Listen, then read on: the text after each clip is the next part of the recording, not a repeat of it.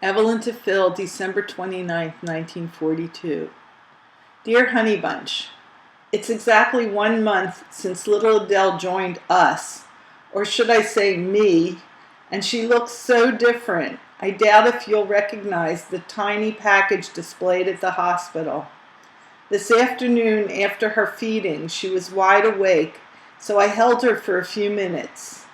Mom came in and started quelling and said, "If Daddy could only see you now." To which Miss Adele Barra-Strongen replied with a great big smile as if she knew. "I received your Saturday and Sunday letters today. It makes me feel all good inside when I receive page 2 mail from you. What do you mean Eddie's package is long overdue? If you had noticed the names on the packages, you would have seen Eddie's name on one and my dad's name on the other. Why do you always make such mistakes? It's embarrassing to say the least, for I addressed the packages. The well-founded rumors that you may be moving shortly scare me no end. If I have to wait this long, almost 6 weeks, till I see you again after this coming furlough, I'll go mad. My nerves are shot from lack of sleep and the stringent routine, and it takes a lot to hold myself together. It seems like years and years and years since we were last together. Dearest, when, oh when will we be together once more? Sometimes I fear, page 3, we'll never be together again. But enough of that. A week from tonight, you'll be on your way home.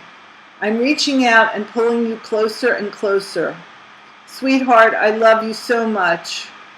Jack N. called this evening and hopes to come up when you come in. He's been working very, very hard, and believe it or not, is too tired to go out on Saturday nights. I told him I'd like to make a touch. Adele gets 5 ounces per feeding starting today, and the doc also increased her intake of orange juice.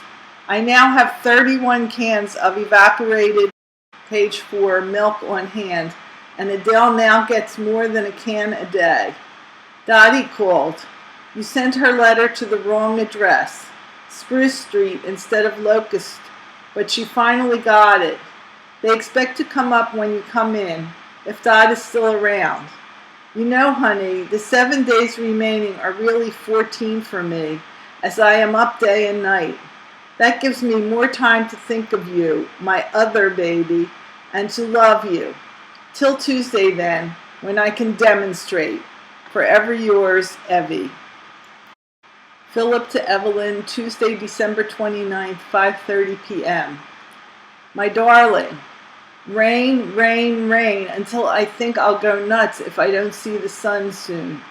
Another batch of men left on furlough today, and I was hoping it were me that was leaving today.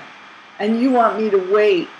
Darling, you don't know what it is, waiting in the army, waiting and counting the minutes until that precious moment when I am permitted to do what my mind and body are constantly crying to do.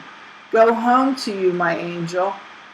You speak of being cooped up in the house and how sick you are of it. Then you have some idea of what I feel. It pained me to hear that things are breaking badly for you and that shortage of money is distressing you. There's nothing anyone can do about the former except make the best of it. Those things happen in spite of all precautions and should be forgotten as quickly as possible. I know the cost of the glass is a big drain on our meager resources, but as I said before, those things happen in spite of us, and all we can do is accept them with the best grace possible, so others will not feel too badly.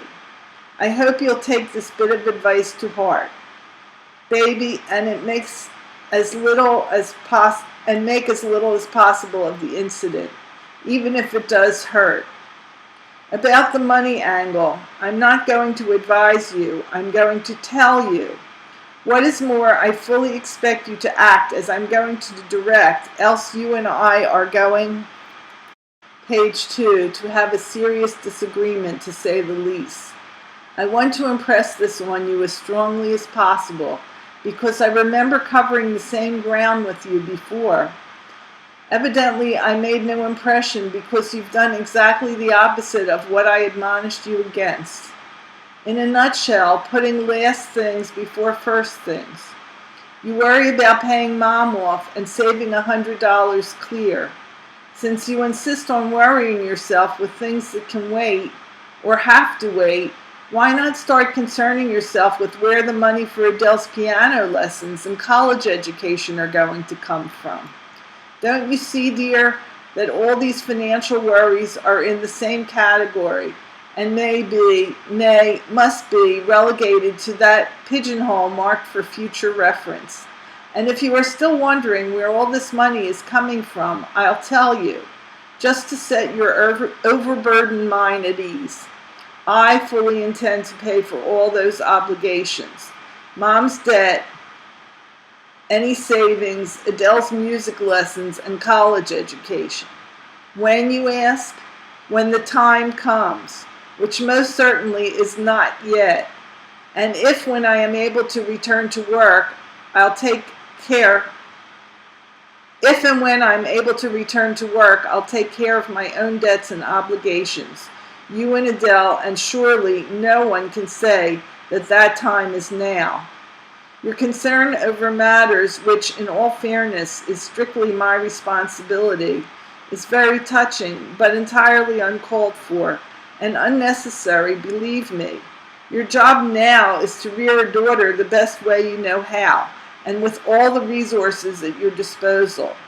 This doesn't mean, page 3, paying Mom a debt while you need the money for Adele's and your own welfare and security. Nor does it mean neglecting your clothes and yourself for the sake of piling up a little security for some imaginary emergency. I'm sure that any emergency you can dream up will be taken care of, if ever or whenever it arises. The time to worry your lovely head about savings, security, paying debts, etc. is after you've met and provided for present contingencies, such as food, clothes, insurance, replacing a broken door, etc. As for paying board, don't let it bother you for an instant, regardless of what Mom says or thinks. My conscience is clear in this respect, because it isn't fair to ask us to sacrifice while the rest of the strong ones don't even know there is a war. What are they giving you? Or put it this way, what are you taking from them? The food you eat, the roof over your head, which they are paying for the time being? Surely they aren't sacrificing nearly as much as most other Americans. In these times, I would do as much for a stranger. So you can readily see, baby, that I can't see where I or you owe them anything. As a matter of fact, they are indebted to you. At least they don't have to live with the dirt they put up with in your absence. No, my sweet, don't for another instant even consider giving Mom any money for board. I'm very much disappointed with her if she expects it. If she claims she doesn't have enough to meet expenses, tell her to talk to those who are in a position to help her now, because, page 4, unfortunately, I can't as much as I'd like to. Which brings me to the hard and fast rule that I'm going to lay down right here and now, which you will obey to the letter. No ifs, ands, or buts. You will use all monies which you now have and which you will receive in the future for your own and our daughter's immediate needs. If there is anything left, save it. Of course, pay Harry the $20 as soon as you are able, and the glass is our responsibility, and clean up whatever small debts you have outstanding. But on no condition will you pay board or repay Mom's debt. When you consider it, I'm providing her with $20 a month, $5 of it from my own meager pay. Are Harry and Jack satisfied in refusing to kick in when increased living costs make Mom's allowance inadequate? The least they can do is make up the difference or deficit, else Mom will, of necessity, have to supply it from the money which she receives from a beneficent government because I'm not at home to help support her. This would be the crowning irony and a dereliction of filial duty on Harry and Jack's part, which I would find it very hard to forgive. They must be made to understand that they have a duty and a responsibility. I know Jack and possibly Harry would like to save as much as possible now that they are making decent wages for the first time in their lives. And more power to them if they can manage it, but not at Mom's expense, nor at yours or Adele's, nor, by God, page 5, at mine. I'm giving all I've got and appreciate the necessity for so doing. Surely, in all conscience, they should give a little. Right now, they are giving nothing. All they are doing is providing for themselves, and according to Mom, not even consistently doing that, since she finds it necessary at times to use her own money to meet the bills. God knows she earns whatever she uses of the home's facilities, and so, by the same token, do you. In all fairness, it is their duty to see to it that the expenses of all of you are met by them. No matter what the cost, it is their responsibility at this time. If and when Harry or Jack are taken into service, we will all do our duty by ourselves and each other, the best way we can. On the occasion of my last leave, I attempted to convey to Harry something of what I have put down here, but was interrupted and didn't get the opportunity to carry on the thread of the conversation. You may submit this letter to Jack and Harry for their serious consideration. Whether or not they choose to do anything about it is entirely up to them. But I would like them to know how I feel about all the things I have discussed. What is more, I would very much like to know how they feel and what they think. I'm tired now. More tomorrow. My love to all. Good night, baby. Kiss Adele, who to says looks like me. Poor kid. Your adoring Phil.